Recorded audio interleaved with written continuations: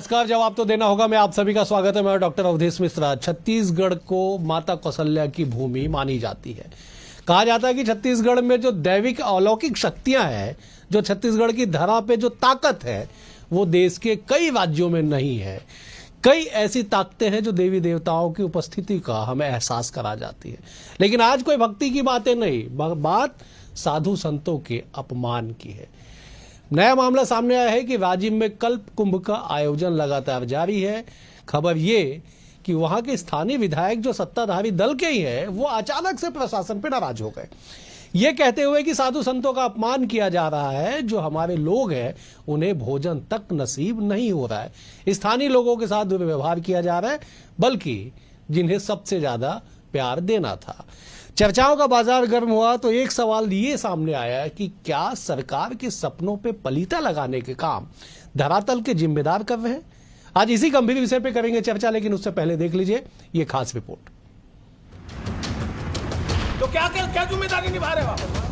क्या निभा रहे हैं आप लोग समझ में नहीं आए कि यहाँ विधायक बैठा है, यहाँ है, बेइज्जती करवा रहे हैं हमारी सरकार की। छत्तीसगढ़ के प्रयागराज माने जाने वाले राजिम की पवित्र धरा पर आस्था का जो मेला सजा है, वह आज प्रशासनिक हठ धर्मिता की भेंट चढ़ता दिख रहा है। जिस राजिम कुंभकल्प की पहचान साधु संतों के आशीर्वाद और कलाकारों की साधना से होती है, वहीं प्रशासन की घोर लापरवाही ने एक बड़ा विवाद खड़ा कर दिया है। सरकार की मंशा इस आयोजन को भव्य और सुव्यवस्थित बनाने की है, लेकिन धरातल पर अधिकारियों ने अपनी साहबशाही से अव्यवस्था का अंबार लगा दिया है। अब विधायक रोहित साहू का पारा 7वें आसमान पर है, जिन्होंने अधिकारियों को सरेआम कड़ी फटकार लगाई है, जिसका वीडियो अब सोशल मीडिया में जमकर वायरल हो रहा है और कांग्रेस को निशाना साधने का मौका भी दे रहा है। पहले सुनिए अधिकारियों को डपटने के विधायक रोहित साहू क्या कह रहे हैं।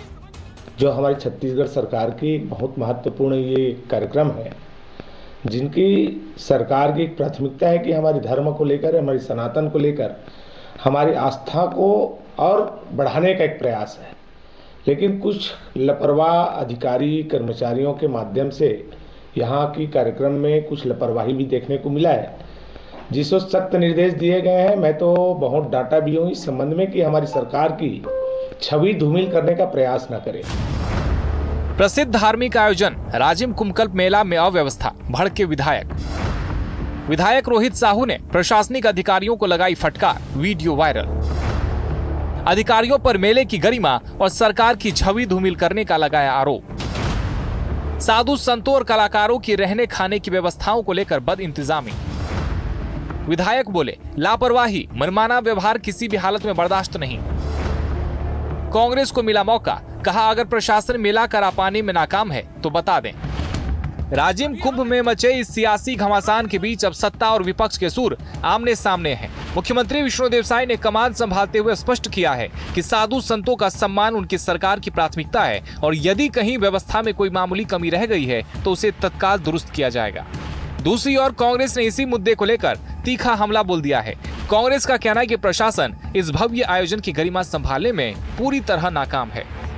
राजिम कुंभ हमारे प्रदेश का एक अच्छा आयोजन है और उसमें साधु संतों का, सभी लोगों का, पत्रकारों का, सबका सम्मान हम लोग करते हैं और कहीं कोई थोड़ी मोड़ी खामी भी होगी तो सब दूर कर लिया जाएगा। यदि ये सरकार से नहीं संभल रहा है तो बता दें। ये तो जनता का होने वाला पहले से ही पर्व था। ये अपने आप को या तो हटा ले, जनता वहाँ की स्थानीय लोग संभाल लेंगे इस मेले को और सारी व्यवस्थाओं को। तो ये तो पूरी तरह से सरकार फेलर हो गई है, ये सिर्फ दिखावा कर रही है। राजिम कुंभ के इस घटनाक्रम का लबोलुआब यह है कि आस्था के पावन संगम पर अब सियासी गोते लगाए जा रहे हैं। विधायक की सरेआम फटकार ने यह साबित कर दिया कि सियासी गलियारों के भीतर ही प्रशासनिक सुस्ती को लेकर भारी बेचैनी है। बहरहाल कांग्रेस ने इस मुद्दे को पकड़कर स्वाभिमान का कार्ड खेला है और सत्ता पक्ष को बैकफुट पर धकेलने का दांव चला है। हकीकत यह है कि यह मामला अब केवल साधु संतों और कलाकारों की सुविधा का नहीं रह गया, बल्कि यह साबित करने की होड़ बन गया है कि छत्तीसगढ़ की संस्कृति और गौरव का असली रक्षक कौन है। Bureau report, BSTV, Chhattisgarh. इस रिपोर्ट को देख के आप समझ गए होंगे कि आखिरकार क्या कुछ चल रहा है, न केवल छत्तीसगढ़ में बल्कि कुंभ में, जहां पे साधु संतों को लेके एक विशेष स्थान होता है। चलिए सीधे चर्चा की शुरुआत करेंगे। 4 बेहद ही खास वरिष्ठ मेहमान हमारे से जुड़े, मेहमानों का परिचय आपसे करा देता हूं। बीजेपी की ओर से के.एस. चौहान साहब है, वरिष्ठ नेता है, प्रवक्ता है। चौहान जी बहुत स्वागत है आपका। कांग्रेस की ओर से अजय गंगवानी साहब है, वरिष्ठ नेता है, विद्वान प्रवक्ता है। अजय जी आपका भी स्वागत है। बतौर राजनीतिक विश्लेषक, सूबे की सियासत को करीब से जानने वाले, समझने वाले डॉक्टर अनिल द्विवेदी हमारे साथ है। अनिल जी आपका भी स्वागत है। और किन्नर अखाड़े की महामंडलेश्वर साध्वी सौम्या हमारे साथ भी है, आपका भी बहुत बहुत स्वागत है। सौम्या जी, मैं चर्चा की शुरुआत आपसे करता हूं। कैसे काम चलेगा जहां पे आस्था का सैलाब हो, वहां पे साधु संतों पे अपमान का सीधा आरोप लग रहा है, कैसे काम चलेगा बताइए। सबसे पहले आपसे मैं यही कहना चाहूंगी कि जब बीजेपी की सरकार ही थी, 2005 और 6 की बात है, तभी राजिम कुंभ का आयोजन का शुरुआत हुआ था। माननीय श्री बृजमोहन अग्रवाल जी की अध्यक्षता में जब वो पर्यटन और मंत्री थे, तभी ये कुंभ की शुरुआत हुई थी। किंतु ये कुंभ की शुरुआत होने के बाद में जब कांग्रेस का शासनकाल आया, तब उन्होंने इसको माघी पूर्णिमा मेला का नाम दे दिया। अब फिर से राजनीतिक नेता पलटे और भाजपा की सरकार आई, फिर से ये यहाँ पर बीजेपी की सरकार में कुंभ का नाम दिया गया। तो कुंभ का आयोजन तो साधु संतों की गरिमा के लिए, उनके एकत्रीकरण के लिए और संतों के माध्यम से हमारे छत्तीसगढ़ प्रदेश के सुख शांति की कामना के लिए ये कुंभ का आयोजन था। इसमें हर जाति, हर पंथ, हर क्षेत्र के संत का यहाँ पर स्वागत हुआ करता था। सभी को यहाँ पर सम्मान की दृष्टि से देखा जाता था और सभी का बराबर सम्मान होता था। कुछ उतार चढ़ाव जरूर आए इन दौर पे, किंतु आज समय ऐसा है कि अब तो संतों का नाम ही लिस्ट से हटा दिया गया है। और संतों का नाम जिस प्रकार से लिस्ट से हटाया गया है, तो ये तो बड़ी लापरवाही नहीं, महा लापरवाही कहूंगी मैं इसे। जी चौहान साहब, आप बड़े विद्वान नेता हैं और अक्सर आप धार्मिक आयोजनों में लगे हुए रहते हैं उसको सफल बनाने में। कैसे काम चलेगा साहब? साधु संतों का अपमान, नया मामला नाम काटने का आमंत्रण पत्र में आपके पार्टी के विधायक एकदम से आक्रोशित हो गए जिम्मेदारों पर, क्यों चौहान साहब? जहां तक कि भारतीय जनता पार्टी का मानना है और जहां तक कि भारतीय जनता पार्टी की कार्यशैली, कुंभ को एक राष्ट्रीय धार्मिक आयोजन को तक पहुंचाने का अगर किसी ने काम किया है तो भारतीय जनता पार्टी ने। वहीं जब भूपेश सरकार आती है तो हम सब जानते हैं कि मेले का स्वरूप छोटा कर दिया जाता था, उसका जो बजट है वो कम कर दिया जाता था। हमारे साथ साध्वी जी बैठी हुई हैं, हमारे साथ वरिष्ठ पत्रकार भी बैठे हुए हैं और आप भी बहुत भली बात जानते हैं कि कैसे उन्होंने पिछली बार जब भूपेश सरकार थी तो शौचालय के नाम से, पीने के पानी के नाम से, कीचड़ के नाम से और राजनीति का अखाड़ा बनाने के नाम से और ट्रैफिक के नाम से और जो धर्मशाला जो बनाई गई थी साधु संतों की उसके नाम से और मेले के नाम से कैसे कटौती की गई और प्रचार प्रसार तो किया ही नहीं गया। दूसरे दिगर राज्यों में कोई प्रचार प्रसार नहीं किया गया। हम सब जानते हैं कि उसी के कारण इन्होंने ये तवज्जो ही नहीं दिया, ये चाहते ही नहीं थे कि वहां पर कुंभ मेला हो और उसका प्रचार प्रसार हो, क्योंकि ऊपर से उनको डंडी पड़ती थी। और उसके बाद वहां पर जब भूपेश सरकार थी तो 4 अखाड़ों के यहाँ पर नागा साधु बाबा आते हैं और संतों की संख्या भी कम रहती है। मैं ये पूछना चाहता हूँ कि आज 7 अखाड़ों की क्यों आ रही है? भारतीय जनता पार्टी चौहान साहब एक मिनट, उनको सम्मान देती है। चौहान साहब एक मिनट रुकिएगा। चौहान साहब, शायद तारीख में कुछ कंफ्यूजन है साहब। हम दिसंबर 2023 से पहले डिबेट नहीं कर रहे, 10 फरवरी 2026 को डिबेट हो रही है साहब। आज की बात बताइए, पिछले सरकार ने क्या किया? 3 दिसंबर 2023 को जनता ने परिणाम सुना दिया।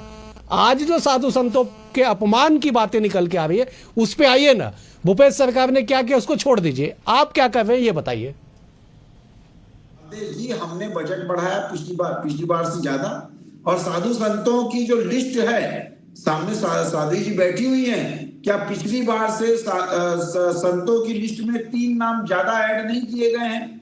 क्या पिछली बार 17 से 18 नाम थे और आज 20 से ऊपर नाम नहीं है? क्या तो ये पहले से संतों के नाम बढ़ाए गए हैं, और उसके बाद भी अगर कोई त्रुटि होती है तो हमारे जिम्मेदार मंत्री जी ने बोला भी है कि अगर कोई त्रुटि होती है तो हम उसको सुधार करेंगे, और इसके लिए हम माफी भी मांगते हैं। दूसरी बात, ठीक है चौहान साहब, ये बातें हुई ना आपकी, ठीक है सर, ये हुई, आपको विद्वान नेता नहीं कहा जाता। अब आप आ गए ना ट्रैक पे, आप थोड़े से डिरेल हो गए थे।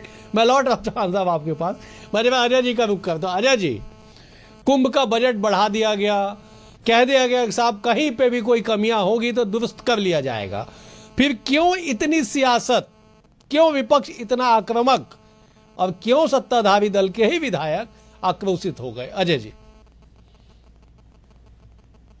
जी बात सियासत का नहीं है, महत्वपूर्ण है कि जो कुंभ मेला है वो आध्यात्म के केंद्र है, जन सरोकार का मुद्दा है, आस्था और श्रद्धा का प्रतीक है। आज मेरे मित्र चैनल पे दावे कर रहे हैं कि करोड़ों रुपए हमने बजट बढ़ा दिया।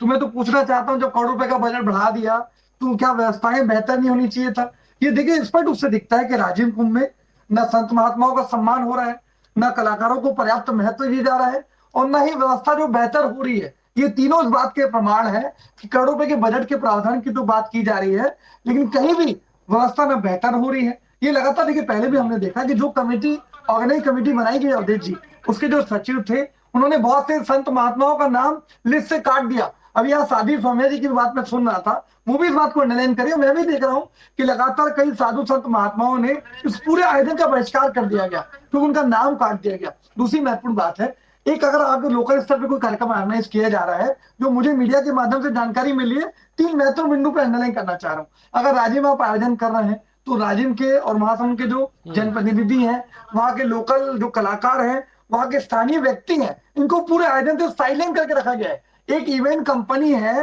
जो लगातार अधिकल्याण नामों से लगातार जो है वो टेंडर लेने का बात कर रही है। आज जो अधिकारी हैं अपनी जिम्मेदारी से भागने का प्रयास कर रहे हैं, पूरा ठीकरा वो इवेंट कंपनी में फोड़ने का प्रयास करें। यहाँ चौहान जी वरिष्ठ प्रवक्ता है और बहुत समझदार प्रवक्ता है, मैं भी इस बात से सहमत हूँ। क्या किसी धार्मिक आयोजन में ये बेहतर नहीं होता कि एक पूरी जनप्रतिनिधि की कमेटी बनाई जाती, अलग अलग जिम्मेदारी तय की जाती, भोजन के अलग, कलाकारों के अलग, संत महात्माओं के अलग। मुझे जो जानकारी मीडिया के माध्यम से अभय जी मिली है, पूरी जिम्मेदारी मात्र गरिया मंदिर कलेक्टर। ठीक है चौहान साहब, ठीक है, सॉरी माफ कीजिएगा अजय जी, ठीक है, ठीक है अजय जी, ठीक है, आपने बड़े विस्तार से अपनी बातों को आपने रखा। मैं अजय जरा अनिल जी का रुख करता। अनिल जी, क्या राजनीति में कोई ऐसा विषय होना चाहिए जो राजनीति से अछूता रहे, जहां पे मान सम्मान, भक्ति, साधु संत, आध्यात्म ऐसी बातें हो, वहां पे भी अगर सरकार के सपनों को पलीता लगाया जाए जिम्मेदारों के द्वारा, तो कैसे काम चलेगा? अनिल जी। देखिए, युगों युगों तक का समय साक्षी है, इतिहास गवाह है कि राजनीति और धर्म का रिश्ता टूट नहीं सकता। इसका जरूरी है एक साथ चलते रहना। धर्म का अंकुश राजनीति पर होता है और धर्म के दिखाए मार्ग पर राजनीति आगे चलती है। छत्तीसगढ़ सरकार ने डॉक्टर रमन सिंह की जब सरकार थी तो उन्होंने एक राजिम कुंभ आयोजन शुरू किया जो पूरे देश में ख्यात हुआ। पूरे देश में उसकी गरिमा बढ़ी, आयोजन भी बड़ा हुआ। ये ठीक है कि थोड़े उसके विवाद हुए और इसीलिए अब उस राजिम कुंभ के साथ कल्प जोड़ दिया गया है। बिल्कुल। और इसकी जो प्रमुख विशेषता वो ये है कि सभी उसमें अपना अपना धर्म निभाते हैं। राजनेता अपना धर्म निभाते हैं, संत मुनि अपना धर्म निभाते हैं, और जो नेता जो अपना धर्म निभाते हैं वही धर्म रोहित साहू ने निभाया। राजिम से विधायक हैं, भाजपा के विधायक हैं, युवा नेता हैं, राजिम की जनता उनके साथ खड़ी है। तो विधायक होने के नाते उन्होंने अपना धर्म निभाया कि जो अव्यवस्थाएं हुई, जो अव्यवस्थाएं जो खली लोगों को, जो वहां पर जिस तरह की कमियां पाई गई, एक विधायक होने के नाते उनकी जिम्मेदारी है उस सवाल को उठाना। आखिर कुंभ कल्प शुरू हुए 5-6 दिन तो हो गए ना, उसके बाद भी यदि ये व्यवस्थाएं दुरुस्त नहीं हो रही है तो इसकी आवाज कौन उठाएगा? सत्ता के साथ जुड़े या सरकार के साथ जुड़े रहने का प्रश्न यह तो नहीं है कि हमेशा चुप्पी साधी रही जाए। तो रोहित साहू जी ने बिल्कुल विधायक होने के नाते सही सवाल उठाया। और जिस तरह की खबरें सामने आ रही हैं उससे साधु संत भी नाराज हैं, व्यवस्थाएं ठीक नहीं है, प्रशासन जो है जिम्मेदार नहीं माना जा रहा है, तो इसे दुरुस्त करने की जरूरत है। और जब आपकी बात शांतिपूर्वक न सुनी जाए तो चिल्लाने और डांट डपट करने के अलावा कोई कारण नहीं बनता है, क्योंकि विधायक को, जनता को तो जवाब देना है ना। इसलिए आप देखिए कि रोहित साहू ने यदि प्रशासन को फटकारा तो उन्होंने ये व्यवस्था भी की कि वहां से आए हुए लोगों को पर्याप्त भोजन मिले, सम्मान मिले, और इस पर वो आगे बढ़ रहे हैं। चौहान साहब, अगर सत्ताधारी दल के विधायक ही व्यवस्थाओं पे आक्रोशित हो जाए तो कैसे माना जाए कि सरकार जो सोच रही है वही चीजें धरातल पे लागू हो रही है? कैसे मानेंगे, समझाइए ना जरा। जनता पार्टी का एक ही नारा है अवधेश जी, नेता से बड़ा पार्टी और पार्टी से बड़ा देश। तो जनप्रतिनिधि जो है उसको किसने बनाया है? तो जनता ने बनाया है। सबसे पहले वो जनता की बात करेगा। हम सड़क पे बात करें या हम सदन पे बात करें, हम जनता की बात करेंगे क्योंकि जनता ने हमारे को भेजा है।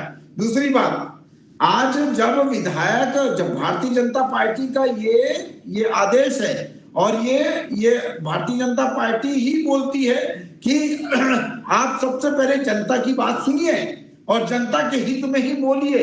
हमारे को क्यों बुलाया जाता है? हमको क्या वहां पर जो विधायक है अगर वो अव्यवस्था देखते हैं तो क्या नहीं बोलना चाहिए?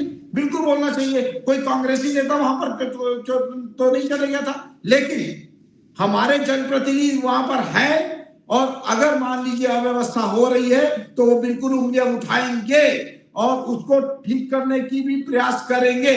उन्होंने खुद अपना दायित्व समझ के उसको ठीक करने का प्रयास किया, जितना भी उनसे हो सकता था उन्होंने किया। और ये भारतीय जनता पार्टी की कार्यशैली है, ये भारतीय जनता पार्टी के जनप्रतिनिधि और भारतीय जनता पार्टी के कार्यकर्ता की सोच है।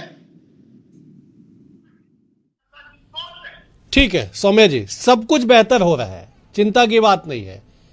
सत्ताधारी दल के विधायक हैं, सत्ताधारी दल के नुमाइंदे प्रवक्ता साहब जुड़े हुए हैं, सरकार कह रही है, मुख्यमंत्री ने कह दिया कि कहीं कोई कमियां है, कोई दिक्कत है तो समय रहते दुरुस्त कर लिया जाएगा, साधु संतों का अपमान नहीं होगा। क्या कहेंगे आप?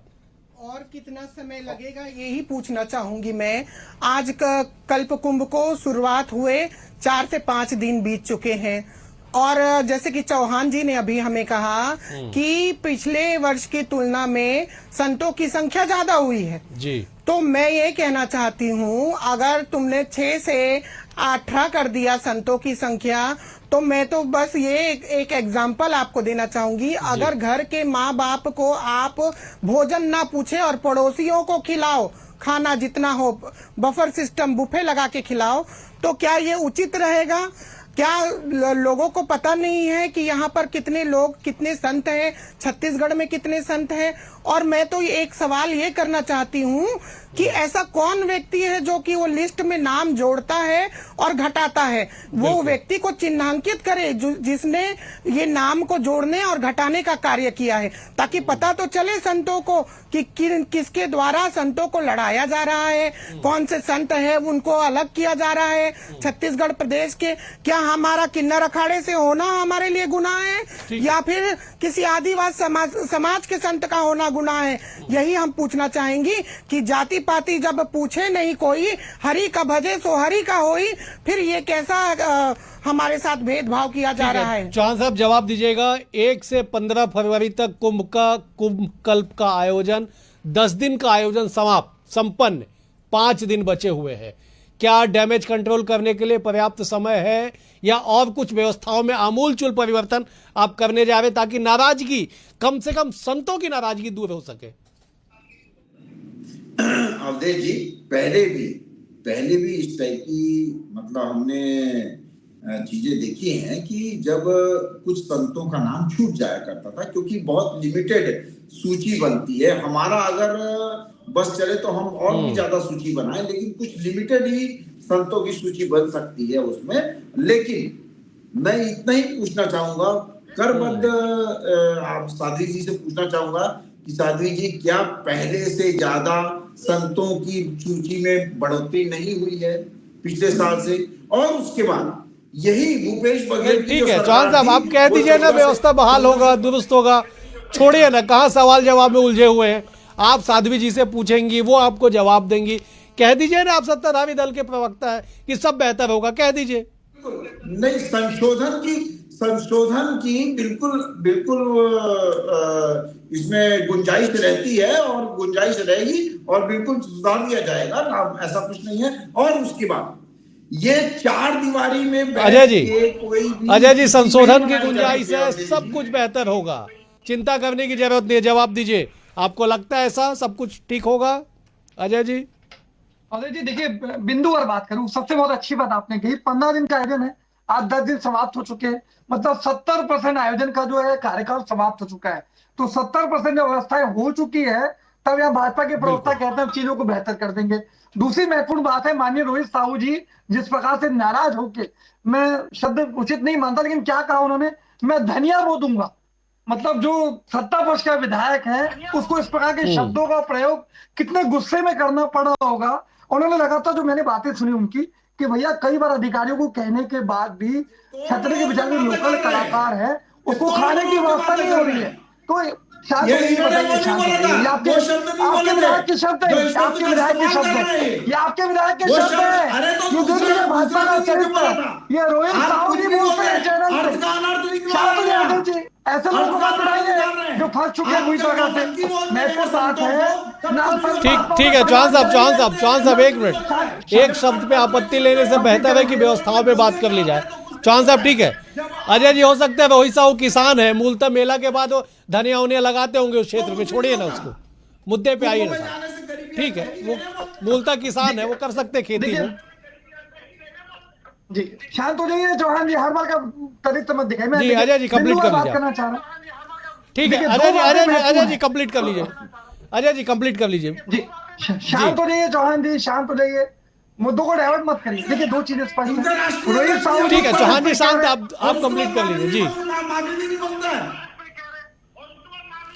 ठीक है चौहान साहब बेहद गंभीर मुद्दा है, निवेदन है मेरा। चौहान साहब आज थोड़ा सा आक्रोशित मत होइए। चौहान साहब बहुत गंभीर मुद्दा है, निवेदन है मेरा। अजय जी आप कंप्लीट कर लीजिए, व्यक्तिगत चीजों पे 1 to 1 छोड़ दीजिए, व्यवस्थाओं को दुरुस्त कैसे किया जाए बताओ, विपक्ष आपकी भी जिम्मेदारी है, थोड़ा सुझाव दे दीजिए। देखिए मैं दो चीजें स्पष्ट कहना चाह रहा हूँ। राजनीति में धर्म आवश्यक है, धर्म पे राजनीति नहीं। भारतीय जनता पार्टी लगातार सनातन धर्म पे राजनीति करती है, तो जब राजनीति करते हैं तो राजिम कुंभ का आयोजन कर रहे हैं जो आध्यात्म का केंद्र है, श्रद्धा आस्था का प्रतीक है, तो बेहतर व्यवस्था करने की जिम्मेदारी किसकी है?